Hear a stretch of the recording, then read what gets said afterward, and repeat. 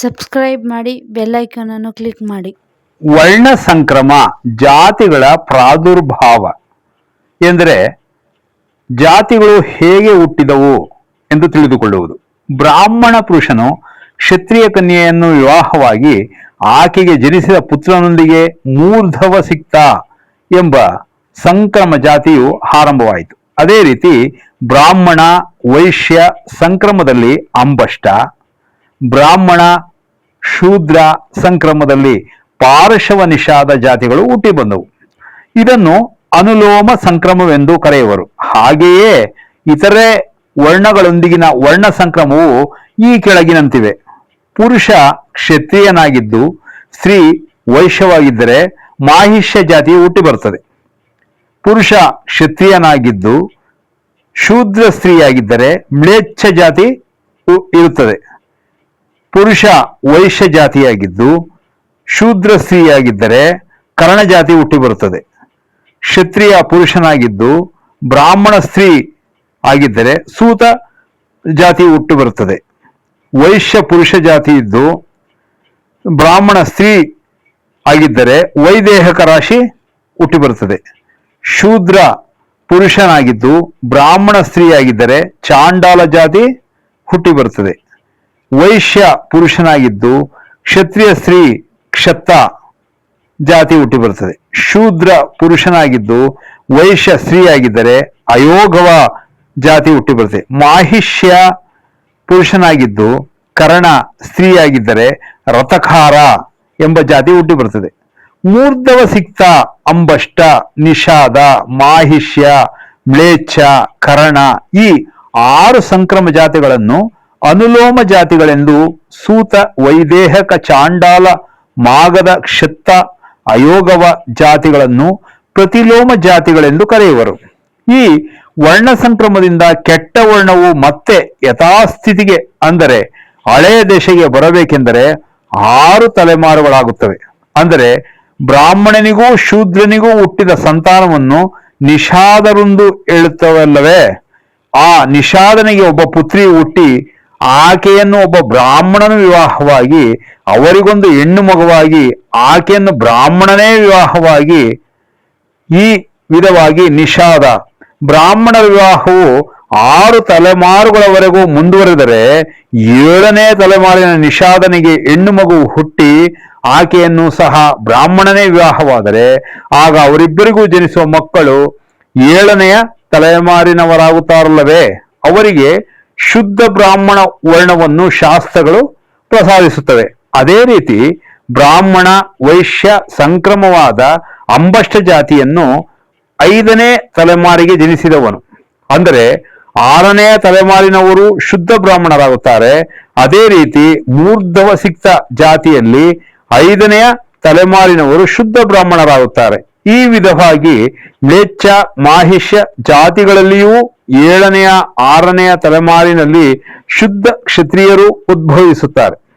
ಅದೇ ವಿಧವಾಗಿ ಕರ್ಣ ನಾಮಕ ಸಂಕ್ರಮ ಜಾತಿಯಲ್ಲಿ 6ನೆಯ ತಲೆಮಾರಿನಲ್ಲಿ ಶುದ್ಧ ವೈಶ್ಯರು ಉದ್ಭವಿಸುತ್ತಾರೆ. ಅಂದರೆ ಸಂಕ್ರಮ ದೋಷವು ಪಿತೃವರ್ಣ ಬೀಜವು 6-7 ತಲೆಮಾರುಗಳೊಂದಿಗೆ ಸತತವಾಗಿ ಪ್ರವಹಿಸಿದರೆ ಹೊರತು ತೊಳೆದು ಹೋಗುವುದಿಲ್ಲ.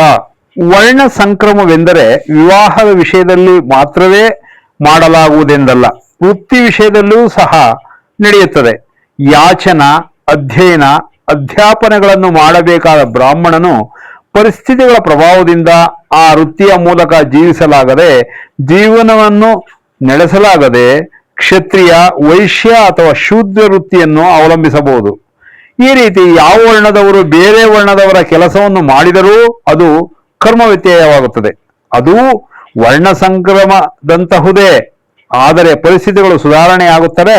ಅವರು ನಿಜವಾದ ವೃತ್ತಿಯೊಳಕ್ಕೆ ಹೋಗದಂತೆ ತಮ್ಮ ವರ್ಣಕ್ಕಿಂತಲೂ ಹೀನ ವರ್ಣಕ್ಕೆ ಸೇರಿದ ಕರ್ಮವನ್ನು ನಿರ್ವಹಿಸುತ್ತಾ ಇದ್ದು ಬಿಟ್ಟರೆ ಅವರು ವರ್ಣ ಸಂಕ್ರಮಕಾರಿಯಾಗಿಯೇ ಪರಿಗಣಿಸಲ್ಪಡುತ್ತಾರೆ. ಅವರು ಕ್ರಮವಾಗಿ 7ನೆಯ 6ನೆಯ 5ನೆಯ ತಲೆಮಾರುವರೆಗೂ ಆ ಹೀನ ವೃತ್ತಿಯಲ್ಲೇ ಇರಬೇಕಾಗುತ್ತದೆ. ಇನ್ನು ಸಂಕ್ರಮ ಜಾತಿಗಳನ್ನು 3 ವಿಧಗಳಾಗಿ ವಿಭಜಿಸಬಹುದು. ಅವು ಸಂಕ್ರಮ, ಸಂಕೀರ್ಣ ಸಂಕರ, ವರ್ಣ ಸಂಕೀರ್ಣ ಸಂಕ್ರಮಗಳು, ಅನುಲೋಮಜರು, ಪ್ರತಿಲೋಮರು ಅಂದರೆ ಈ ಮೊದಲೇ ಹೇಳಲಾದ ಮೂರ್ಧವ ಸಿಕ್ತದಿಂದ ಅಪಯೋಗ ಜಾತಿಯವರೆಗೂ 12 ವಿಧದವರು ಸಂಕ್ರಮ ಜಾತಿಗೆ ಸೇರಿದವರು. ಈ ಸಂಕ್ರಮ ಜಾತಿಯಲ್ಲಿ ಮತ್ತೆ ಸಂಕ್ರಮವಾಗಿ ಹುಟ್ಟಿದವರು ಅಂದರೆ ಮಾಹಿಷ್ಯ ಕರ್ಣ ಸಂಯೋಗದಿಂದ ಹುಟ್ಟುವವನನ್ನು ರಥಖಾರ ಜಾತಿ ಎಂದು ಕರೆಯುತ್ತಾರೆ. ಈ ರಥಖಾರ ಜಾತಿಯವರು ಸಂಕೀರ್ಣ ಸಂಕ್ರಮ ಜಾತಿಯರಾಗುವರು. ಇದರಲ್ಲಿ ಮತ್ತಷ್ಟು ಆಳವಾಗಿ ಸಂಕ್ರಮವಾದರೆ ವರ್ಣ ಸಂಕ್ರಮ ಜಾತಿಯವರಾಗುವರು.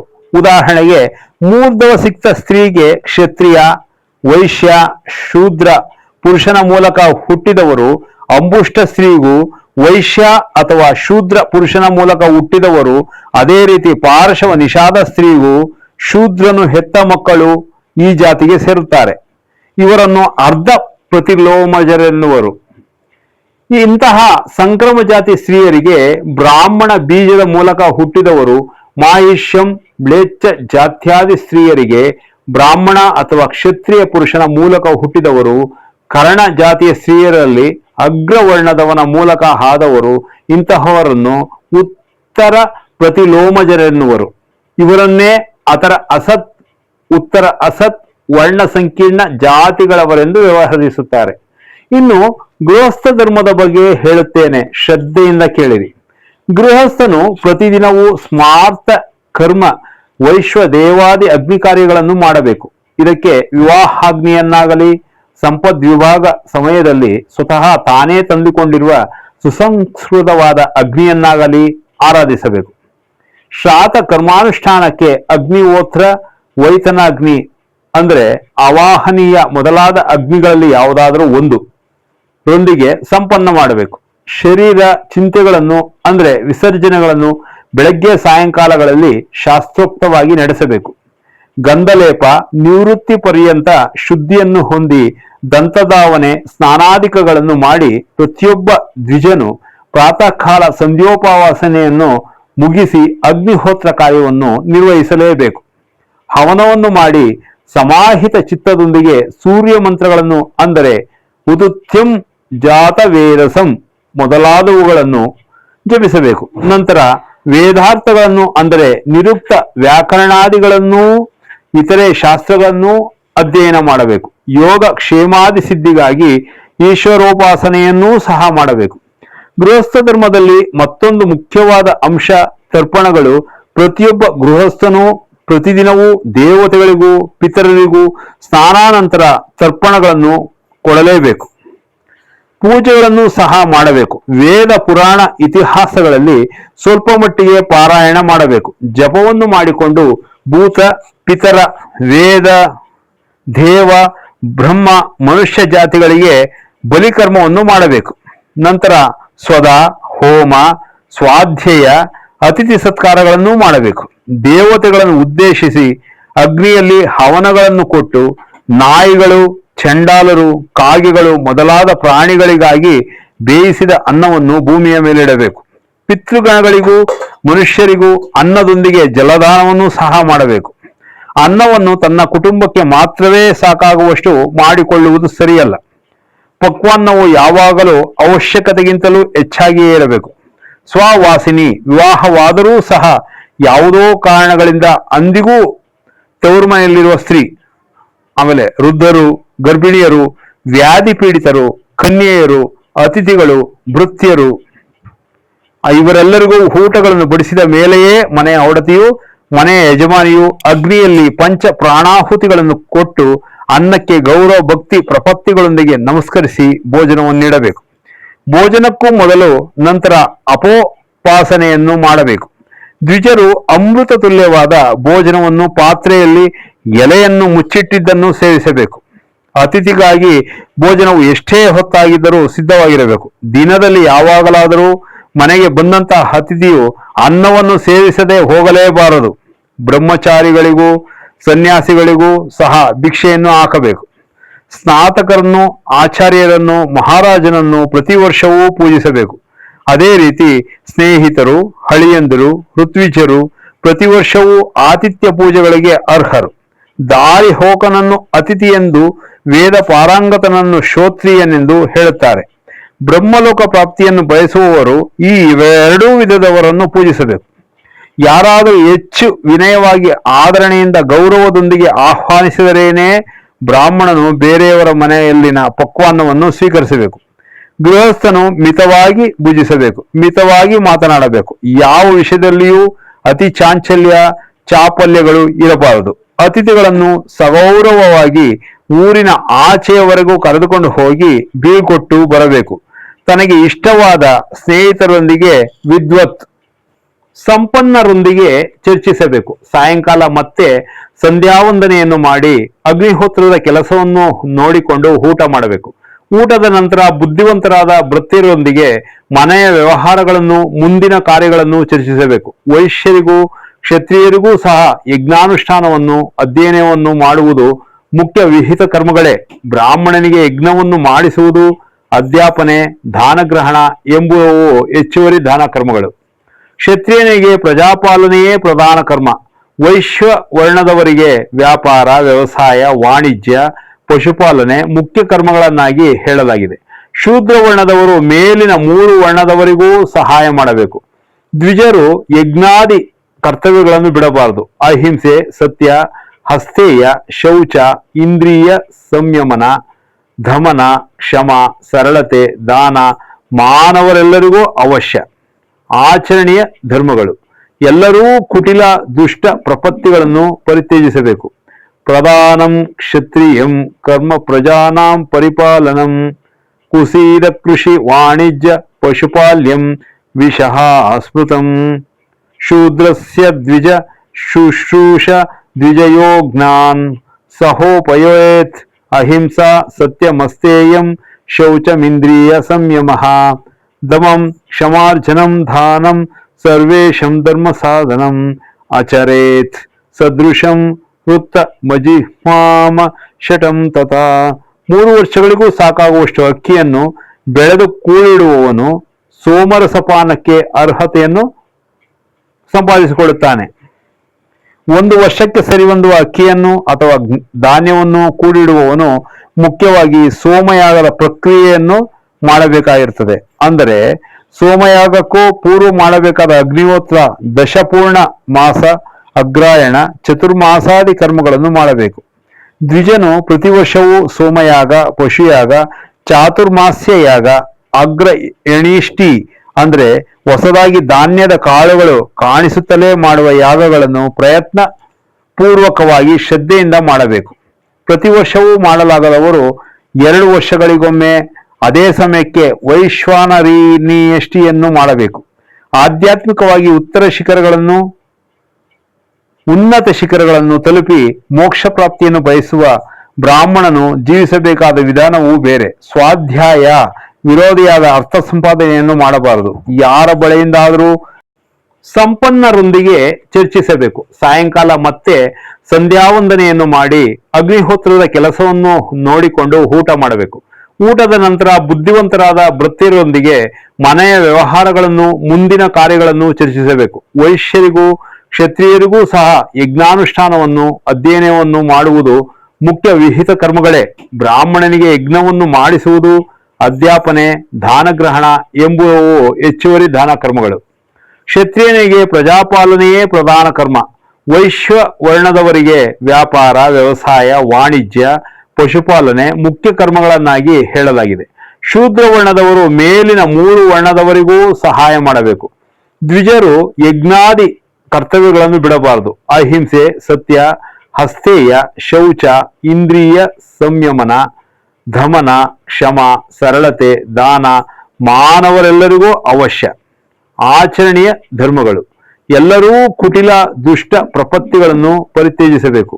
ಪ್ರಧಾನಂ ಕ್ಷತ್ರಿಯಂ ಕರ್ಮ ಪ್ರಜಾನಾಂ ಪರಿಪಾಲನಂ ಕುಸೀದ ಕೃಷಿ ವಾಣಿಜ್ಯ ಪಶುಪಾಲ್ಯಂ ವಿಷಃ ಸ್ಮೃತಂ ಶೂದ್ರಸ್ಯ ದ್ವಿಜ ಶುಶ್ರೂಷ ದ್ವಿಜಯೋಜ್ಞಾನ್ ಸಹೋಪಯೇತ್ ಅಹಿಂಸಾ ಸತ್ಯಮಸ್ತೇಯಂ ಶೌಚಮಿಂದ್ರಿಯ ಸಂಯಮಃ ದಮಂ ಕ್ಷಮಾರ್ಜನಂ ದಾನಂ ಸರ್ವೇಷಂ ಧರ್ಮ ಸಾಧನಂ ಆಚರೇತ್ ಸದೃಶಂ ವೃತ್ತ ಮಜಿಹ್ಮಾಮ ಶಟಂ ತಥಾ.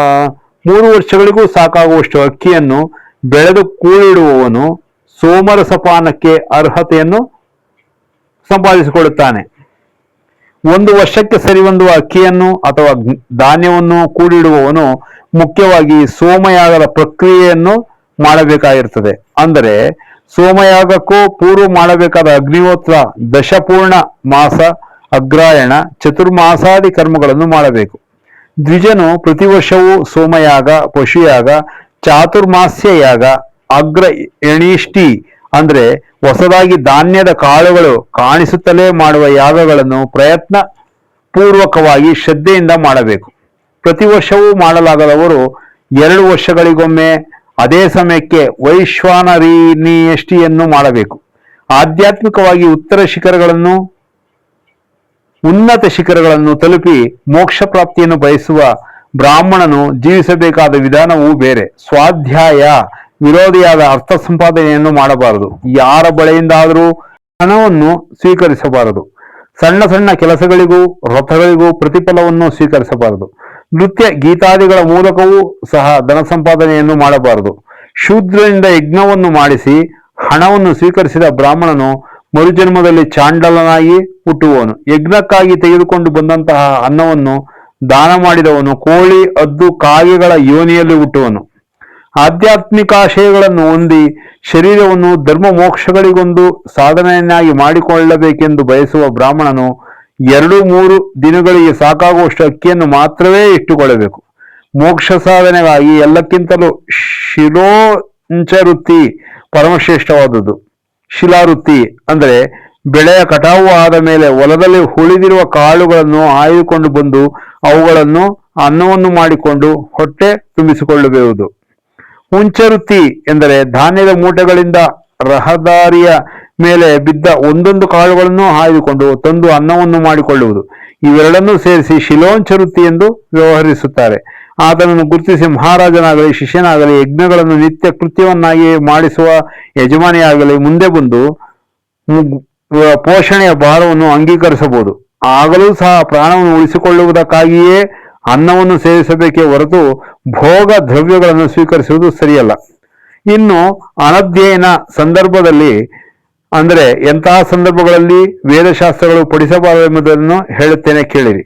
ವೇದವನ್ನು ಪಠಿಸುವುದನ್ನು ಧರ್ಮಶಾಸ್ತ್ರಗಳು ಹೇಳುವಂತೆ ಶ್ರವಣ ನಕ್ಷತ್ರಯುಕ್ತ ಶ್ರಾವಣ ಹುಣ್ಣಿಮೆಯೆಂದು ಆಗಲಿ, ಹಸ್ತ ನಕ್ಷತ್ರಯುಕ್ತ ಪಂಚಮಿಯಿಂದಾಗಲಿ, ಪುಷ್ಯ ಮಾಸದಲ್ಲಿ ರೋಹಿಣಿ ನಕ್ಷತ್ರ ಇರುವ ದಿನದಂದಾಗಲಿ ಗ್ರಾಮದ ಹೊರಗೆ ಜಲಾಶಯ ಸಮೀಪದಲ್ಲಿ ಗ್ರಹ್ಯ ಸೂತ್ರಾನುಸಾರ ಆರಂಭಿಸಬೇಕು. ಶಿಷ್ಯ, ಋತ್ವಿಜ, ಗುರು, ಬಂಧು ಬಾಳಗದವರಲ್ಲಿ ಯಾರಾದರೂ ಮರಣಿಸಿದರೆ ಆ ಕ್ಷಣದಿಂದ 3 ದಿನಗಳ ಕಾಲ ಅನಧ್ಯಯನವೇ. ಅದೇ ರೀತಿ ಸ್ವಶಾಖ ಶ್ರೋತ್ರಿಯ ಬ್ರಾಹ್ಮಣನು ಮರಣಿಸಿದರೂ 3 ದಿನಗಳ ಕಾಲ ಪಠಿಸಬಾರದು. ಸಂಧ್ಯಾ ಸಮಯದಲ್ಲಿ ಸಿಡಿಲುಗಳು ಕೇಳಿಸಿದಾಗ, ಆಕಾಶದಲ್ಲಿ ಮಿಂಚು ಕಾಣಿಸಿದಾಗ, ಭೂಕಂಪ ಉಲ್ಕಾಪಾತ ಸಮಯಗಳಲ್ಲಿಯೂ ಅಧ್ಯಯನವನ್ನು ನಿಲ್ಲಿಸಬೇಕು. ವೇದ ಅರಣ್ಯಕ ಅಧ್ಯಯನ ಸಮಾಪ್ತಿಯಾದ ನಂತರ ಪೂರ್ತಿಯಾಗಿ 1 ರಾತ್ರಿ 1 ಹಗಲು ಬಿಡುವು ಕೊಡಬೇಕು. ಅಷ್ಟಮಿ, ಚತುರ್ದಶಿ, ಅಮಾವಾಸ್ಯೆ, ಹುಣ್ಣಿಮೆ, ಚಂದ್ರ ಸೂರ್ಯಗ್ರಹಣಗಳು, ಋತುಸಂಧಿಗಳಲ್ಲಿ, ಬಲಿಪಾಡ್ಯಮಿ, ಶ್ರಾದ್ದಾಭೋಜನಗಳು ಈ ವೇಳೆಯಲ್ಲಿ ವಿದ್ಯೆಗೆ ಬಿಡುವು ಕೊಡಬೇಕು. ಪೂರ್ತಿಯಾಗಿ 1 ದಿನವಾದರೆ ಏಕೋದಿಷ್ಟ ಶ್ರಾದ್ದಕ್ಕೆ ಭೋಜನ ಅಥವಾ ಹಣವನ್ನು ಸ್ವೀಕರಿಸಬಾರದು. ಸಣ್ಣ ಸಣ್ಣ ಕೆಲಸಗಳಿಗೂ ವ್ರತಗಳಿಗೂ ಪ್ರತಿಫಲವನ್ನು ಸ್ವೀಕರಿಸಬಾರದು. ನೃತ್ಯ ಗೀತಾದಿಗಳ ಮೂಲಕವೂ ಸಹ ಧನ ಸಂಪಾದನೆಯನ್ನು ಮಾಡಬಾರದು. ಶೂದ್ರನಿಂದ ಯಜ್ಞವನ್ನು ಮಾಡಿಸಿ ಹಣವನ್ನು ಸ್ವೀಕರಿಸಿದ ಬ್ರಾಹ್ಮಣನು ಮರುಜನ್ಮದಲ್ಲಿ ಚಾಂಡಲನಾಗಿ ಹುಟ್ಟುವವನು. ಯಜ್ಞಕ್ಕಾಗಿ ತೆಗೆದುಕೊಂಡು ಬಂದಂತಹ ಅನ್ನವನ್ನು ದಾನ ಮಾಡಿದವನು ಕೋಳಿ, ಹದ್ದು, ಕಾಗೆಗಳ ಯೋನಿಯಲ್ಲಿ ಹುಟ್ಟುವನು. ಆಧ್ಯಾತ್ಮಿಕಾಶಯಗಳನ್ನು ಹೊಂದಿ ಶರೀರವನ್ನು ಧರ್ಮ ಮೋಕ್ಷಗಳಿಗೊಂದು ಸಾಧನೆಯನ್ನಾಗಿ ಮಾಡಿಕೊಳ್ಳಬೇಕೆಂದು ಬಯಸುವ ಬ್ರಾಹ್ಮಣನು 2-3 ದಿನಗಳಿಗೆ ಸಾಕಾಗುವಷ್ಟು ಅಕ್ಕಿಯನ್ನು ಮಾತ್ರವೇ ಇಟ್ಟುಕೊಳ್ಳಬೇಕು.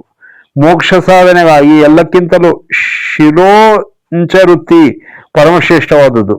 ಶಿಲಾವೃತ್ತಿ ಅಂದರೆ ಬೆಳೆಯ ಕಟಾವು ಆದ ಮೇಲೆ ಹೊಲದಲ್ಲಿ ಉಳಿದಿರುವ ಕಾಳುಗಳನ್ನು ಆಯ್ದುಕೊಂಡು ಬಂದು ಅವುಗಳನ್ನು ಅನ್ನವನ್ನು ಮಾಡಿಕೊಂಡು ಹೊಟ್ಟೆ ತುಂಬಿಸಿಕೊಳ್ಳುವುದು. ಉಂಚವೃತ್ತಿ ಎಂದರೆ ಧಾನ್ಯದ ಮೂಟೆಗಳಿಂದ ರಹದಾರಿಯ ಮೇಲೆ ಬಿದ್ದ ಒಂದೊಂದು ಕಾಳುಗಳನ್ನು ಆಯ್ದುಕೊಂಡು ತಂದು ಅನ್ನವನ್ನು ಮಾಡಿಕೊಳ್ಳುವುದು. ಇವೆರಡನ್ನೂ ಸೇರಿಸಿ ಶಿಲೋಂಚವೃತ್ತಿ ಎಂದು ವ್ಯವಹರಿಸುತ್ತಾರೆ. ಆತನನ್ನು ಗುರುತಿಸಿ ಮಹಾರಾಜನಾಗಲಿ ಶಿಷ್ಯನಾಗಲಿ ಯಜ್ಞಗಳನ್ನು ನಿತ್ಯ ಕೃತ್ಯವನ್ನಾಗಿ ಮಾಡಿಸುವ ಯಜಮಾನಿಯಾಗಲಿ ಮುಂದೆ ಬಂದು ಪೋಷಣೆಯ ಭಾರವನ್ನು ಅಂಗೀಕರಿಸಬಹುದು. ಆಗಲೂ ಸಹ ಪ್ರಾಣವನ್ನು ಉಳಿಸಿಕೊಳ್ಳುವುದಕ್ಕಾಗಿಯೇ ಅನ್ನವನ್ನು ಸೇವಿಸಬೇಕೇ ಹೊರತು ಭೋಗ ದ್ರವ್ಯಗಳನ್ನು ಸ್ವೀಕರಿಸುವುದು ಸರಿಯಲ್ಲ. ಇನ್ನು ಅನಧ್ಯಯನ ಸಂದರ್ಭದಲ್ಲಿ ಅಂದರೆ ಎಂತಹ ಸಂದರ್ಭಗಳಲ್ಲಿ ವೇದಶಾಸ್ತ್ರಗಳು ಪಠಿಸಬಾರದೆಂಬುದನ್ನು ಹೇಳುತ್ತೇನೆ ಕೇಳಿರಿ. ವೇದವನ್ನು ಪಠಿಸುವುದನ್ನು ಧರ್ಮಶಾಸ್ತ್ರಗಳು ಹೇಳುವಂತೆ ಶ್ರವಣ ನಕ್ಷತ್ರಯುಕ್ತ ಶ್ರಾವಣ ಹುಣ್ಣಿಮೆಯೆಂದು ಆಗಲಿ, ಹಸ್ತ ನಕ್ಷತ್ರಯುಕ್ತ ಪಂಚಮಿಯಿಂದಾಗಲಿ, ಪುಷ್ಯ ಮಾಸದಲ್ಲಿ ರೋಹಿಣಿ ನಕ್ಷತ್ರ ಇರುವ ದಿನದಂದಾಗಲಿ, ಗ್ರಾಮದ ಹೊರಗೆ ಜಲಾಶಯ ಸಮೀಪದಲ್ಲಿ ಗ್ರಹ್ಯ ಸೂತ್ರಾನುಸಾರ ಆರಂಭಿಸಬೇಕು. ಶಿಷ್ಯ, ಋತ್ವಿಜ, ಗುರು, ಬಂಧು ಬಾಳಗದವರಲ್ಲಿ ಯಾರಾದರೂ ಮರಣಿಸಿದರೆ ಆ ಕ್ಷಣದಿಂದ 3 ದಿನಗಳ ಕಾಲ ಅನಧ್ಯಯನವೇ. ಅದೇ ರೀತಿ ಸ್ವಶಾಖ ಶ್ರೋತ್ರಿಯ ಬ್ರಾಹ್ಮಣನು ಮರಣಿಸಿದರೂ 3 ದಿನಗಳ ಕಾಲ ಪಠಿಸಬಾರದು. ಸಂಧ್ಯಾ ಸಮಯದಲ್ಲಿ ಸಿಡಿಲುಗಳು ಕೇಳಿಸಿದಾಗ, ಆಕಾಶದಲ್ಲಿ ಮಿಂಚು ಕಾಣಿಸಿದಾಗ, ಭೂಕಂಪ ಉಲ್ಕಾಪಾತ ಸಮಯಗಳಲ್ಲಿಯೂ ಅಧ್ಯಯನವನ್ನು ನಿಲ್ಲಿಸಬೇಕು. ವೇದ ಅರಣ್ಯಕ ಅಧ್ಯಯನ ಸಮಾಪ್ತಿಯಾದ ನಂತರ ಪೂರ್ತಿಯಾಗಿ 1 ರಾತ್ರಿ 1 ಹಗಲು ಬಿಡುವು ಕೊಡಬೇಕು. ಅಷ್ಟಮಿ, ಚತುರ್ದಶಿ, ಅಮಾವಾಸ್ಯೆ, ಹುಣ್ಣಿಮೆ, ಚಂದ್ರ ಸೂರ್ಯಗ್ರಹಣಗಳು, ಋತುಸಂಧಿಗಳಲ್ಲಿ, ಬಲಿಪಾಡ್ಯಮಿ, ಶ್ರಾದ್ದಾಭೋಜನಗಳು, ಈ ವೇಳೆಯಲ್ಲಿ ವಿದ್ಯೆಗೆ ಬಿಡುವು ಕೊಡಬೇಕು. ಪೂರ್ತಿಯಾಗಿ 1 ದಿನವಾದರೆ ಏಕೋದಿಷ್ಟ ಶ್ರಾದ್ದಕ್ಕೆ ಭೋಜನ ಅಥವಾ ಗ್ರಹ ಸಮಯಗಳಲ್ಲಿ 3 ರಾತ್ರಿಗಳು ಕಳೆಯುವವರೆಗೂ ಅನಧ್ಯಯನವನ್ನು ಪಾಲಿಸಬೇಕು. ಉತ್ಸವಗಳಿಗೂ ಶಕ್ರಧ್ವಜವು ಹಿಡಿದಾಗ ಅಳುವುದು, ಗೋಳಾಡುವುದು, ಹತ್ತಿರದಲ್ಲಿಯೇ ಕೇಳಿಸುತ್ತಿರುವಾಗ, ಶವವಿದ್ದಾಗ ತಾತ್ಕಾಲಿಕ ಅನಧ್ಯಯನವಿರುತ್ತದೆ. ಅಪವಿತ್ರ ದೇಶದಲ್ಲಿ ಅಪವಿತ್ರಾವಸ್ಥೆಯಲ್ಲಿ ಮತ್ತೆ ಮತ್ತೆ ಆಕಾಶದಲ್ಲಿ ಗುಡುಗುತ್ತಿದ್ದರೂ, ಮಧ್ಯಾಹ್ನ 12 ಗಂಟೆಗಳ ಒಳಗೆ ತುಂಬಾ ಸಲ ಗುಡುಗು ಶಬ್ದ ಕೇಳಿಸಿದರೂ, ಜಲಮಧ್ಯದಲ್ಲಿ ಅರ್ಧರಾತ್ರಿಯಲ್ಲಿ ವೇದಶಾಸ್ತ್ರಗಳನ್ನು ಪಠಿಸಬಾರದು. ಯಾರಾದರೂ ವಿಶಿಷ್ಟ ವ್ಯಕ್ತಿಯು ಬಂದಾಗ ಅಧ್ಯಯನವನ್ನು ನಿಲ್ಲಿಸಬೇಕು. ಓಡುತ್ತಿರುವಾಗಲಿ, ಮದ್ಯದ ವಾಸನೆ ಬರುತ್ತಿರುವ ವ್ಯಕ್ತಿಯ ಪಕ್ಕದಲ್ಲಾಗಲಿ, ಕತ್ತೆ, ಒಂಟೆ, ಕುದುರೆ, ನೌಕ, ಮರ, ಪರ್ವತ ಮೊದಲಾದವುಗಳ ಮೇಲೆ ಕುಳಿತಿರುವಾಗಲಿ, ಪ್ರಯಾಣಿಸುತ್ತಿರುವಾಗಲಿ, ಕಳ್ಳರು, ರಾಜರು ಗ್ರಾಮಕ್ಕೆ ಉಪದ್ರವವನ್ನು ತಂದಾಗಲಿ ವೇದಶಾಸ್ತ್ರಗಳನ್ನು ಪಠಿಸಬಾರದು. ಇನ್ನು ವಿದ್ಯಾರ್ಥಿಗಳು, ಗುರುಗಳು, ಬ್ರಾಹ್ಮಣಾದಿ ದ್ವಿಜರು ಸಮಾಜದಲ್ಲಿ ಪಾಲಿಸಬೇಕಾದ ನಿಯಮಗಳನ್ನು ನೋಡೋಣ. ದೇವತಾಮೂರ್ತಿ, ಋತ್ವಿಜನು, ಸ್ನಾತಕನು, ಆಚಾರ್ಯರ, ರಾಜರ, ಪರಸ್ತ್ರೀಯರ ನೆರಳು, ರಕ್ತ, ಮಲ ಮೂತ್ರಾದಿ ವಿಸರ್ಜನೆಗಳು ದಾರಿಯಲ್ಲಿದ್ದಾಗ ಅವುಗಳನ್ನು ದಾಟಿಕೊಂಡು ಹೋಗಬಾರದು. ನಿಂತಾಗಲಿ ಪಕ್ಕಕ್ಕೆ ಸರಿದಾಗಲಿ ಹೋಗಬೇಕು. ಒಳ್ಳೆಯ ಹೆಸರುಳ್ಳ ಬ್ರಾಹ್ಮಣನನ್ನು, ಮಹಾರಾಜನನ್ನು, ಸರ್ಪವನ್ನು ಅವಮಾನಿಸಬಾರದು. ಅದೇ ರೀತಿ ತನ್ನನ್ನು ತಾನೂ ಅವಮಾನಿಸಿಕೊಳ್ಳಬಾರದು. ವಿಸರ್ಜನೆಗಳನ್ನು, ಇತರರು ಕಾಲುಗಳನ್ನು ತೊಳೆದಿರುವ ನೀರನ್ನು ದೂರದಿಂದಲೇ ನೋಡಿ ತಪ್ಪಿಸಿಕೊಳ್ಳಬೇಕು. ಶ್ರುತಿಗಳಲ್ಲಿ, ಸ್ಮೃತಿಗಳಲ್ಲಿ ಬೋಧಿಸಲ್ಪಟ್ಟ ಸದಾಚಾರವನ್ನು ಪೂರ್ತಿಯಾಗಿ ಪಾಲಿಸಬೇಕು. ಒಬ್ಬರ ರಹಸ್ಯವನ್ನು ಬಯಲು ಮಾಡಿ ಅವರನ್ನು ನೋಯಿಸಬಾರದು. ಯಾರನ್ನೂ ನಿಂದಿಸುವುದಕ್ಕಾಗಲಿ ಒಡೆಯುವುದಾಗಲಿ ದೋಷ. ಪುತ್ರನನ್ನು, ಶಿಷ್ಯನನ್ನು ಅವಶ್ಯಕತೆಗೆ ಅನುಗುಣವಾಗಿ ದಂಡಿಸಬಹುದು. ಸ್ವಧರ್ಮಾಚರಣೆಯ ವಿಷಯದಲ್ಲಿ ಯಾವುದೇ ಅನ್ಯ ಮಾರ್ಗವನ್ನು ಅನುಸರಿಸಬಾರದು. ಅದನ್ನು ತಪ್ಪದೇ ಪೂರ್ತಿಯಾಗಿ ಮಾಡಬೇಕಾಗಿದ್ದೇ. ಧರ್ಮ ವಿರುದ್ಧವಾದ ಕೆಲಸಗಳನ್ನು ಮಾಡಬಾರದು. ಗೃಹಸ್ಥನು ತನ್ನ ತಂದೆ ತಾಯಿಯರೊಂದಿಗೆ, ಅತಿಥಿಗಳೊಂದಿಗೆ, ಧನಿಕರೊಂದಿಗೆ ವಾದಕ್ಕಿಳಿಯಬಾರದು. ನದಿ, ಹೊಳೆ, ಪುಷ್ಕರಣಿ, ಕೆರೆಗಳಲ್ಲಿ ಸ್ನಾನ ಮಾಡಬೇಕು. ಬೇರೆಯವರ ಸರೋವರದಲ್ಲಿ ಸ್ನಾನ ಮಾಡುವುದಕ್ಕೆ ಮೊದಲು ಅನುಮತಿಯನ್ನು ಹೊಂದಿ 5 ಮಣ್ಣಿನ ಮುದ್ರೆಗಳನ್ನು ಹೊರಗೆ ತೆಗೆದು ದಡದಲ್ಲಿಟ್ಟು ಹೋಗಬೇಕು. ಬೇರೆಯವರ ಹಾಸಿಗೆಯ ಮೇಲೆ ಮಲಗಬಾರದು. ದೇಶದಲ್ಲಿ ಆಪತ್ತಿನಲ್ಲಿದ್ದಾಗ ನೀವು ಮಾತ್ರ ಪ್ರಸನ್ನವಾಗಿ ಊಟ ಮಾಡಬಾರದು. ಜೀವಿಸುವುದಕ್ಕಾಗಿ ಸ್ವಲ್ಪ ಅನ್ನವನ್ನು ತಿನ್ನಬೇಕು. ಕೃಪಣನು, ಬಂದಿ, ಕಳ್ಳ, ಅಗ್ನಿಹೋತ್ರನನ್ನು ಮಾಡದ ಬ್ರಾಹ್ಮಣನನ್ನು, ಬಿದಿರಿನಿಂದ ಕೆಲಸ ಮಾಡುವವನು, ನ್ಯಾಯಸ್ಥಾನದಲ್ಲಿ ಅಪರಾಧವು ಸಾಬೀತಾದವನು, ಬಡ್ಡಿ ವ್ಯಾಪಾರಿ, ವೇಶ್ಯೆ, ಸಾಮೂಹಿಕ ದೀಕ್ಷೆಯನ್ನು ಬೋಧಿಸುವವನು, ಚಿಕಿತ್ಸಕನು, ರೋಗಿ, ಕ್ರೋಧಿ, ನಪುಂಸಕನು, ನಟನೆ, ನಾಟ್ಯಗಳ ಮೂಲಕ ವೇದಿಕೆಗಳ ಮೇಲೆ ಹಣವನ್ನು ಸಂಪಾದಿಸುವವನು, ಉಗ್ರನು, ನಿರ್ಧಯನು, ಪತಿತನು, ಜಂಬ ಕೊಚ್ಚಿಕೊಳ್ಳುವವನು, ಶಾಸ್ತ್ರ ವಿಕ್ರೇತ ಸ್ತ್ರೀವಶನು, ಗ್ರಾಮದಲ್ಲಿ ದೇವತೆಗಳಿಗೆ ಪೂಜೆಯನ್ನು ಮಾಡಿಸುವವನು, ನಿರ್ಧಯನಾದ ಮಹಾರಾಜನು, ಸುಳ್ಳುಗಾರನು, ಮದ್ಯ ವಿಕ್ರಯಿಸುವವನು, ಅಕ್ಕಸಾಲಿಗನು, ಇವರ ಮನೆಗಳಲ್ಲಿ ಊಟ ಮಾಡಬಾರದು. ಅಳಸಿದಂತಹ, ತಣ್ಣಗಾಗಿರುವಂತಹ, ಉಳಿದಿರುವಂತಹ, ಬಣ್ಣ ಬದಲಾಗಿರುವ, ನಾಯಿ ಮುಟ್ಟಿದ, ಪತಿತನಿಂದ ನೋಡಿರುವ, ರಜಸ್ವಾಲೆಯು ಮುಟ್ಟಿದ, ಪರರನ್ನು ಅಂದರೆ ಪರರಿಗಾಗಿಟ್ಟಿರುವ ಅನ್ನವನ್ನು ಸರ್ವದಾ ತ್ಯಜಿಸಬೇಕು. ಶೂದ್ರಾನ್ನವನ್ನು ಭುಜಿಸಬಹುದು. ಆದರೆ ಆ ಶೂದ್ರನು ತಲೆಮಾರುಗಳಿಂದಲೂ ತಮ್ಮ ವೃತ್ತಿಯಲ್ಲಿ ಸಹಾಯವಾಗುತ್ತಿರುವವರ ಕುಟುಂಬಿಕನಾಗಿರಬೇಕು. ಮನಸ್ಸು, ಮಾತು, ಶರೀರ, ಕರ್ಮ ಇವೆಲ್ಲವುಗಳನ್ನು ಪರಿಶುದ್ಧವಾಗಿಟ್ಟುಕೊಂಡು ಭಗವದ್ ಅರ್ಪಣೆಯ ಬುದ್ಧಿಯೊಂದಿಗೆ ಇರುವವನಾಗಿರಬೇಕು. ತಿಲ ಮಿಶ್ರಿತ ಪದಾರ್ಥಗಳನ್ನು, ಹಪ್ಪಳ, ಪಾಯಸ, ಹಿಟ್ಟಿನಿಂದ ಮಾಡಿದ ಅಡುಗೆಗಳು ಇಂತಹವುಗಳನ್ನು ದೇವತೆಗಳಿಗೂ ಅತಿಥಿಗಳಿಗೂ ಅರ್ಪಿಸಿದ ಮೇಲೆಯೇ ನಾವು ಸೇವಿಸಬೇಕು.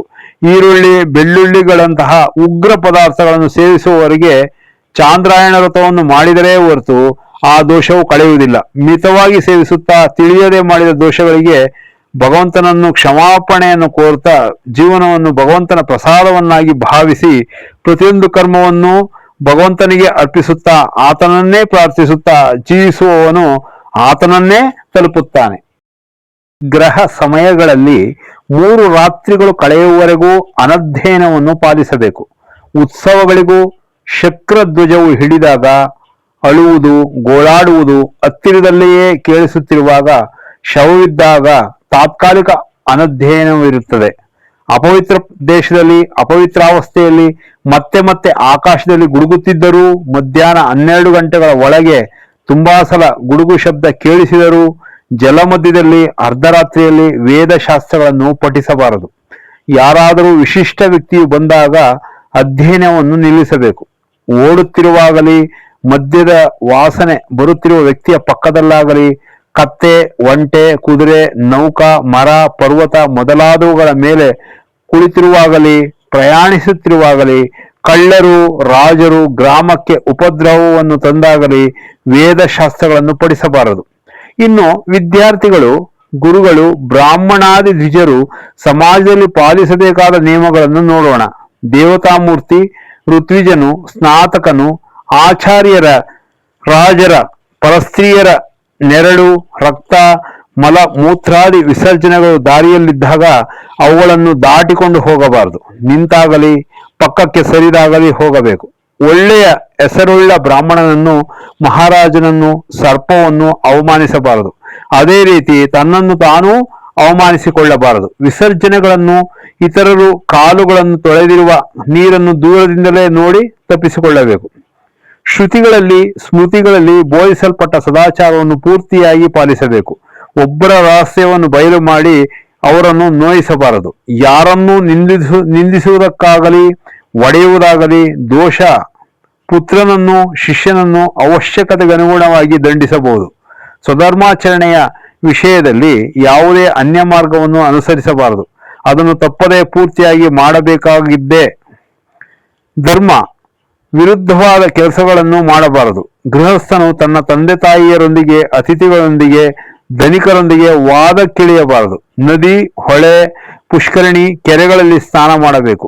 ಬೇರೆಯವರ ಸರೋವರದಲ್ಲಿ ಸ್ನಾನ ಮಾಡುವುದಕ್ಕೆ ಮೊದಲು ಅನುಮತಿಯನ್ನು ಹೊಂದಿ 5 ಮಣ್ಣಿನ ಮುದ್ರೆಗಳನ್ನು ಹೊರಗೆ ತೆಗೆದು ದಡದಲ್ಲಿಟ್ಟು ಹೋಗಬೇಕು. ಬೇರೆಯವರ ಹಾಸಿಗೆಯ ಮೇಲೆ ಮಲಗಬಾರದು.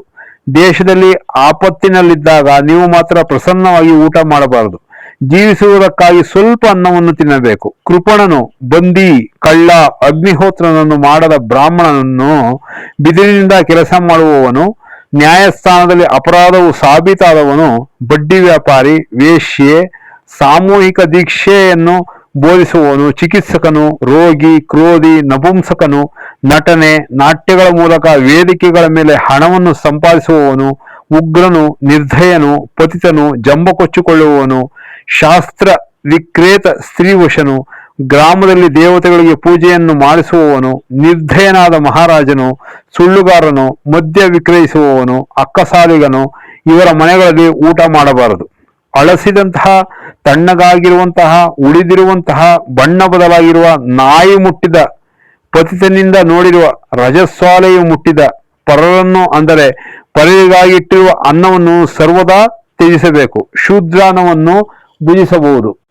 ಆದರೆ ಆ ಶೂದ್ರನು ತಲೆಮಾರುಗಳಿಂದಲೂ ತಮ್ಮ ವೃತ್ತಿಯಲ್ಲಿ ಸಹಾಯವಾಗುತ್ತಿರುವವರ ಕುಟುಂಬಿಕನಾಗಿರಬೇಕು. ಮನಸ್ಸು, ಮಾತು, ಶರೀರ, ಕರ್ಮ ಇವೆಲ್ಲವುಗಳನ್ನು ಪರಿಶುದ್ಧವಾಗಿ ಇಟ್ಟುಕೊಂಡು ಭಗವದ್ ಅರ್ಪಣೆಯ ಬುದ್ಧಿಯೊಂದಿಗೆ ಇರುವವನಾಗಿರಬೇಕು. ತಿಲ ಮಿಶ್ರಿತ ಪದಾರ್ಥಗಳನ್ನು, ಹಪ್ಪಳ, ಪಾಯಸ, ಹಿಟ್ಟಿನಿಂದ ಮಾಡಿದ ಅಡುಗೆಗಳು ಇಂತಹವುಗಳನ್ನು ದೇವತೆಗಳಿಗೂ ಅತಿಥಿಗಳಿಗೂ ಅರ್ಪಿಸಿದ ಮೇಲೆಯೇ ನಾವು ಸೇವಿಸಬೇಕು.